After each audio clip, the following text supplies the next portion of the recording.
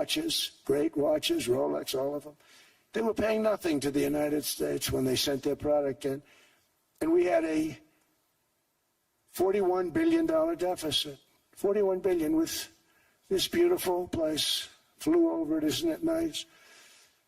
So I said, let's put a 30% tariff on them so that we get back some of it, not all of it at all. We still have a deficit, big deficit. We had 41 million. That's a big deficit. And I said, let's put a tariff on. Different tariffs, different places. You're all party to them. In some cases, victims to them. But in the end, it's a fair thing. And most of you realize that. But we put a 30% tariff on Switzerland, and all hell broke loose. They were calling, I mean, like you wouldn't believe. And I know so many people from Switzerland, incredible place, incredible, brilliant place. But I didn't realize that they're only good because of us. And there's so many other examples. I mean, us, probably other places, but a majority of the money they make is because of us, because we never charged them anything. So they come in, they sell their watches, no tariffs, no nothing. They walk away, they make $41 billion on just us. So I said, no, we can't do that. So I'm going to bring it up. I still would have a deficit pretty substantial, but I brought it up to 30%. And I guess Prime Minister, I don't think President, I think Prime Minister called a woman, and she was very repetitive. She said, no, no, no, you cannot do that, 30%. You cannot do that. We are a small, small country. I said, yeah, but you have a big, big deficit. You may be small, but you have a bigger deficit than big countries. He said, no, no, no, please, you cannot do it. Kept saying the same thing over and over. We are a small country. I said, but you're a big country in terms of... And she just rubbed me the wrong way, I'll be honest with you. And I said, all right, thank you, ma'am, appreciate it. Do not do this. Thank you very much, ma'am. And I made it 39%. And then all hell really broke out. And I was paid visits by everybody. Rolex came to see me. They all came to see me. But I realized, and I reduced it, because I don't want to hurt people. I don't want to hurt them. And we brought it down to a, lower level. Doesn't mean it's not going up. But we brought it down to a lower level. But they pay now, tariff. But I realized that we have many places like that where they're making a fortune because of the United States. Without the United States, they wouldn't be making anything. Think of it. Switzerland made $41 billion on us. And as she said, it's a small place. And I realized with that, I don't know, it was so, because she was so aggressive. And I realized in that conversation that the United States is keeping the whole world afloat. Many places, I could give you 6, 7 places just in the people in this little area. I know every one of them. They're looking down. They don't want to see me, and they don't want to stare me in the eyes. But they're taking advantage of, everybody took advantage of the United States. But I've been very fair, and I gave them a tariff, and it was fine. But I realized that without us, it's not Switzerland anymore. Without us, it's not any of the countries that are represented here. And we want to work with the countries. We want to work with them. We're not looking to destroy them. I could have said 39, 40%. I could have said I want a 70% tariff, then we make money with Switzerland. But Switzerland would have been probably destroyed, financially destroyed. I don't want to do that. But we should be paying the lowest interest rate of everybody. I hope Scott's listening to this, because we should be paying the lowest interest rate of everybody. Without us, most of the countries don't even work. And then you have the protection factor. Without our military, which is the greatest in the world by far, without our military, you have threats that you wouldn't believe. You wouldn't believe. You don't have threats because of us, and that's because of NATO. One other thing, and I have to say it so importantly, in the old days, and I used to say I'm the youngest in the room. Now I'm among the older. I hate to say it. I don't feel old, but I'm among the older. But I remember not long ago, 20, 25 years ago, when good news came out about, let's say, the United States. The United States had a great quarter. The United States had a great month. All the stocks went up.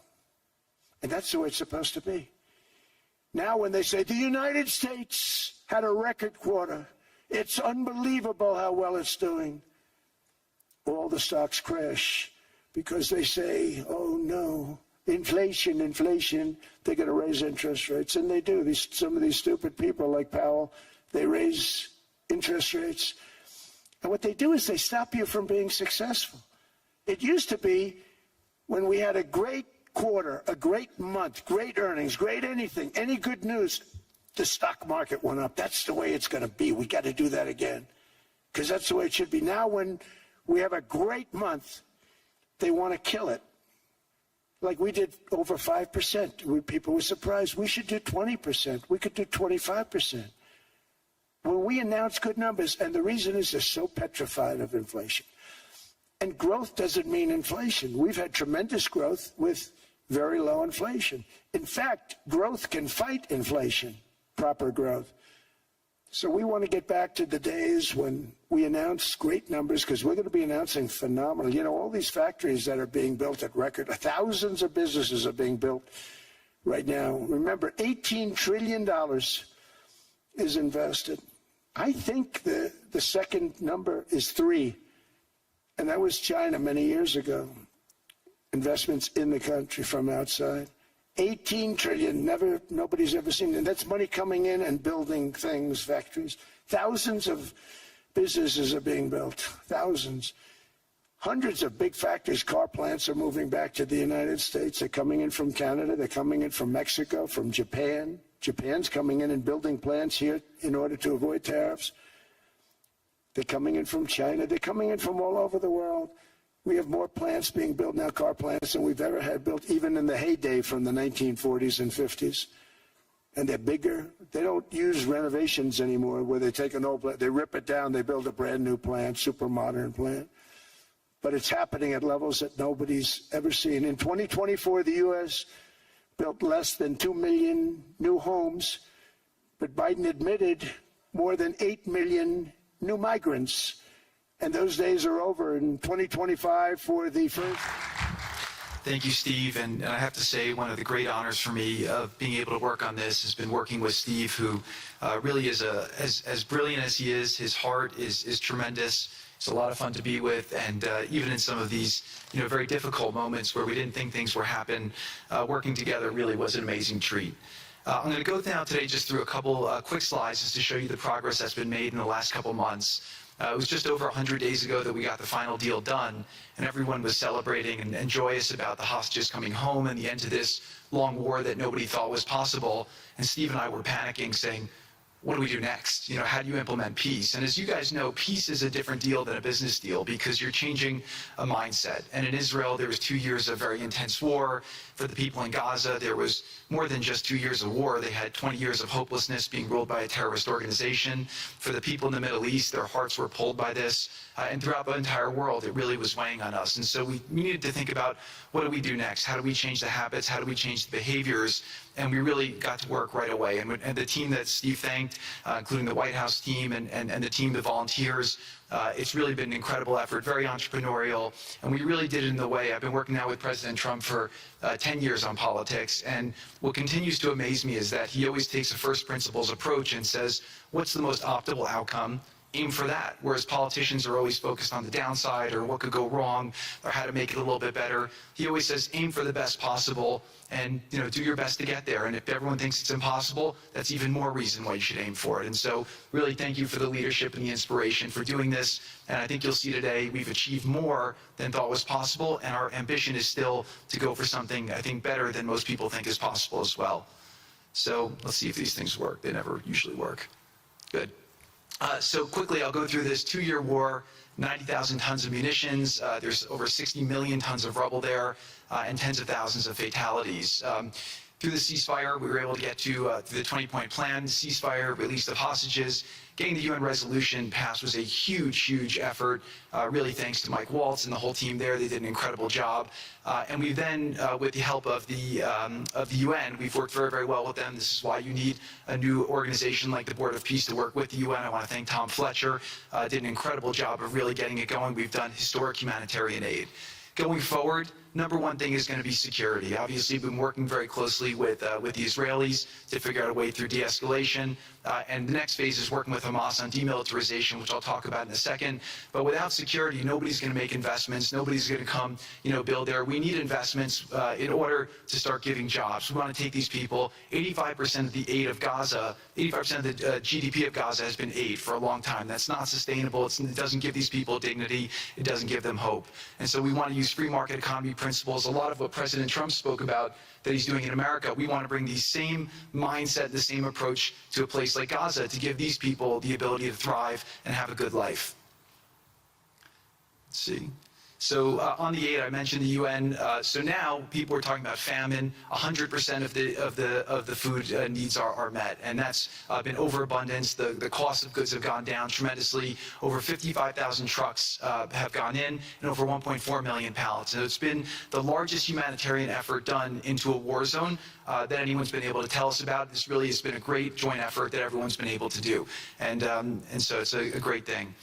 We all just heard from Ali. We have been so impressed. Steve and I were speaking to him and the entire committee. Such bravery of these people to step up. And we've worked with the Palestinian Authority, who's been helping us as well. But this committee is the first time it's a technocratic, apolitical committee. I really want to thank the Arab partners for helping us select the right people to do this, and we just need to believe in them and support them. I put this up here. It's probably a little too small for me to read, but this is really important if you saw the mission statement. So Hamas's mission statement was, we need to destroy the state of Israel. That has not worked well for the people, as we've seen. Their mission statement is, we are committed to establishing security, restoring the essential services that form the bedrock of human dignity, such electricity, water, healthcare, and education, as well as cultivating a society rooted in peace, democracy, and justice, operating with the highest standards of integrity, transparency. So these are the basic things. Their goal is to have peace and to help their people, which is an obvious mission statement for a government, but actually fairly novel for Gaza. So we did a master plan. We brought in, I thank Yakir Gabay, who's one of the most successful real estate developers and brilliant people I know. He's volunteered to do this, not for profit, really because of his heart. He wants to do this. And we've developed ways to redevelop Gaza. Gaza, as President Trump's been saying, has amazing potential, and this is for the people of Gaza. We've developed it into zones. In the beginning, we were toying with the idea of saying, let's build a free zone, and then we have a Hamas zone. And then we said, you know what, let's just plan for catastrophic success. Hamas signed a deal to demilitarize. That is what we are going to enforce. People ask us what our plan B is. We do not have a plan B. We have a plan. We signed an agreement. We are all committed to making that agreement work. There's a master plan. We'll be doing it in phasing. In the Middle East, they build cities like this in 2-3 million people. They build this in 3 years. And so stuff like this is very doable if we make it happen. Rothel will start with. This will show a lot of workforce housing. We think this could be done in 2-3 years. We've already started removing the rubble and doing some of the demolition. And then New Gaza. It could be a hope. It could be a destination, have a lot of industry, and really be a place that the people there can thrive, have great employment. Once this starts going, we think there should be 100% full employment and opportunity for everybody there. And we have a lot of data on what can be, but we think that this really gives the Gazan people an opportunity to live their aspirations. But it all starts with security, and it all starts with governance. Final note I'll just say on the Board of Peace, which is that all the lessons we're doing is we're basically studying the best practices from all over the world, and we're watching who does education best, who does healthcare delivery the best. All of these things it's not secret IP. All this is IP that the Board of Peace is going to make public, and we want to encourage all the countries to be able to follow these best practices. A lot of the things that President Trump is doing in America, if they're working, we should all be copying them. If we find what's working in other countries, we should be copying them too. And so what the Board of Peace will have the ability to do if we're successful with Gaza is really show how do you do peace implementation, which is something that when we got this deal done, we didn't really find too much expertise or know-how on how to do it. So as we're creating this system, hopefully it's something that we can just document these learnings and make them available to all else who want to use them in the future. So demilitarization, this is something we're starting now. We have a new government in Gaza. This government will be working with Hamas on the demilitarization to really take the principles that were agreed to in the document to the next phase, and hopefully that will be successful. Without that, we can't rebuild. So if Hamas does not demilitarize, that will be what holds back Gaza and the people of Gaza from achieving their aspiration, and that's very important. So the next 100 days, we're going to continue to just be heads down and focused on making sure this is implemented. We continue to be focused on humanitarian aid, humanitarian shelter, but then creating the conditions to move forward. So thank you. Final point I'll just make is this is really only possible because of the work of so many people and President Trump's great leadership. But a lot of you have been asking, how can we help? So the countries have all been incredibly generous. We'll be doing the first conference where we'll announce a lot of the contributions that will be made in a couple weeks in Washington. From the private sector, there'll be amazing investment opportunities. I know it's a little risky to be investing in a place like this, but we need you to come, take faith, invest in the people, try to be a part of it. And then finally, I'll just talk to people on the media and on the social media, which is, this deal only happened because we worked with Israel, we worked with Turkey, we worked with Qatar, we worked with Saudi, we worked with Egypt. I mean, everyone worked together. We worked with UAE. We all worked together to make this happen. I see a lot of people trying to escalate, criticizing Israel or Israelis criticizing Turkey or Qatar. Just calm down for 30 days. I think that the war's over. Let's do our best to try working together. Our goal here is peace between Israel and the Palestinian people. Everyone wants to live peacefully. Everyone wants to live with dignity. Let's put our efforts towards promoting those who are doing the work to build this up, like Ali and his committee. Let's focus on the positive stories, and let's just calm down, turn a new chapter, and if we believe that peace is possible, then peace really can be possible. So we're going to continue to work every day. We need all of your help to do it. And again, I just really want to thank President Trump for his leadership in doing this. This would not have been possible without your commitment to this. Everyone thought it was impossible to end this war. You never gave up. You never stopped. Every time there was a setback, you told us to try harder. You gave us different ideas. And we've made several impossible things happen just in Gaza to date, and no reason why we shouldn't be able to make even more impossible things happen. So really thank you for your amazing leadership.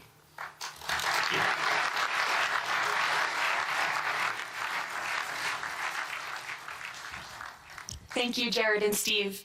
Now I would like to introduce and welcome to the podium the High Representative for Gaza, Nikolay Mladenov.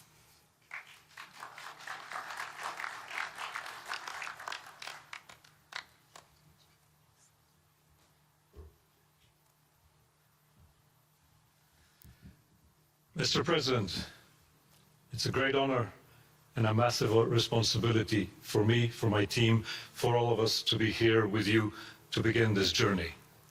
Who would have thought 2 years ago that we will be sitting here with this group of countries, with this leadership, giving the people of Gaza a new chance? Who would have thought that last Friday I would be sitting, Mr. President, in Cairo with an amazing group of Palestinian technocrats, people who you don't see on the news, people who are not media personalities, but who are experts, who are committed to giving their people a chance in life. And this is what this is all about. For too long, Gazans, Palestinians, and Israelis have lived with conflict, with death, with destruction. Now, the page turns. And whether the page turns successfully really depends on all of us. We have the ingredients for it. We have the leadership of the United States and President Trump. We have a great group of countries joining the Board of Peace and more to come. We have a fantastic Palestinian team on the ground, and we must make it work. Our partnerships are there, our plans are in place, and we need your support. And finally, I look to all of you who are in this room and who are watching this meeting from their screens at home or in their offices. Please put away your talking points for a minute. Please put away your fears. Please put away your concerns. Please stop listening to the rumors and to the gossip. Focus on what we have to do today, because the future of 2 million Palestinians is at stake, and if we give them a chance, we will do more than that. We will create opportunities for 1 billion people who live in the Middle East and beyond, and who are responsible, also who want to see transformation and a chance in life for the future. So please join us on this journey, join the Board of Peace, and join us in supporting this excellent initiative. And thank you again, President Trump and the United States, for taking this decisive leadership forward.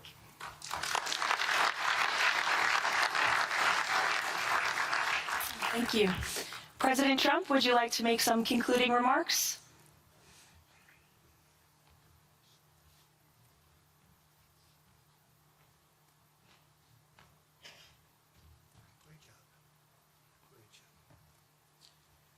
Well, I just want to tell you it's all happening.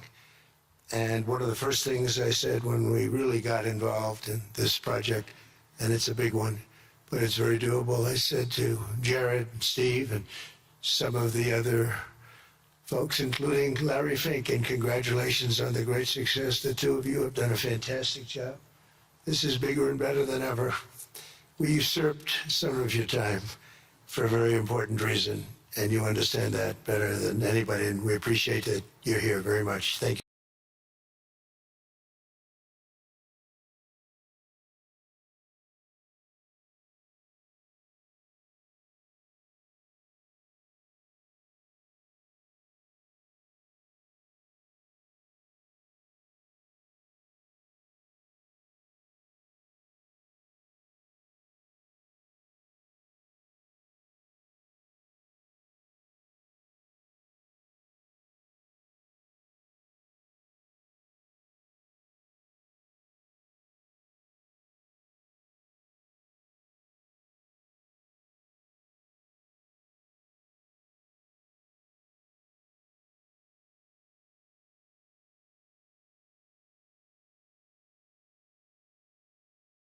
Stronger, never been bigger, better.